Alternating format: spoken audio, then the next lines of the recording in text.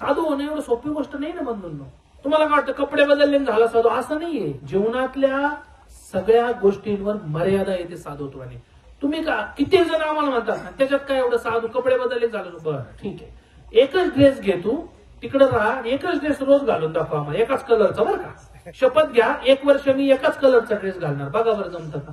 जमता का बघा तुम्ही. एकच ड्रेस रोज घालायचा, काहीच विषय घ्यायचा, दुसरा घ्यायचंच नाही. मग तुम्हाला लक्षात येईल की साधुत्व किती अवघड आहे बंधू. आपल्याला मजा वाटते बोलायला, काय आपण बोलतो काही पण बोलायचंच, नुसतं बोलायला काय लागतं का?